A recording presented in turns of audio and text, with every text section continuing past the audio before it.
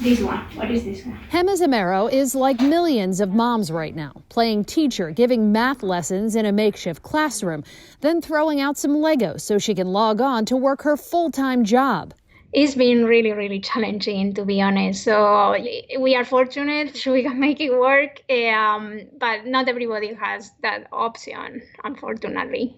Zamero understands that better than most. She's not only a mother of two, but also a professor at the University of Arkansas who's been researching the impact of the pandemic on families in this unique crisis. She says the data shows women are paying a heavier price, with more female-dominated industries impacted, more jobs for women lost, and more childcare demands as a result of school closures, with surveyed moms taking on increasing roles as the pandemic drags on. Half now saying they're the only ones providing care, compared to a third back in April. So we are seeing all these having consequences in terms of either reducing working hours to try to take care for their children, or some women seeing that they have to leave the labor force or they lost their job. It's happening in big numbers. The latest federal job stats from December show 140,000 jobs were lost last month. As this outraged Congresswoman tweeted,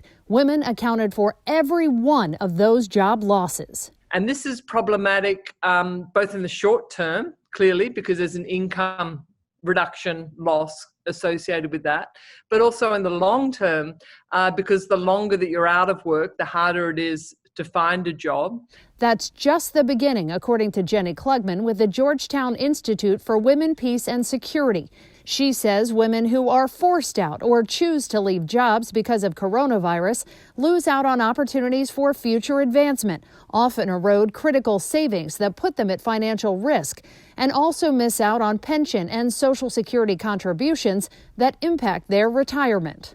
And the ripples of this, you're saying, could last decades. Indeed.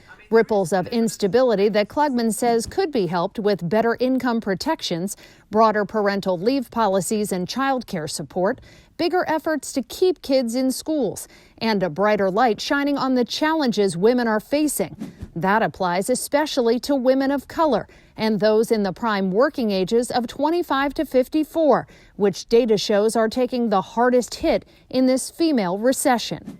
Until that happens, women like Hema are making it work. For her family, that means a Sunday meeting with her husband, where a calendar is scribbled with notes for the week, colored markers detailing the unrelenting challenges women face trying to keep their world spinning in a global pandemic. I'm Josie Sturman for Spotlight on America.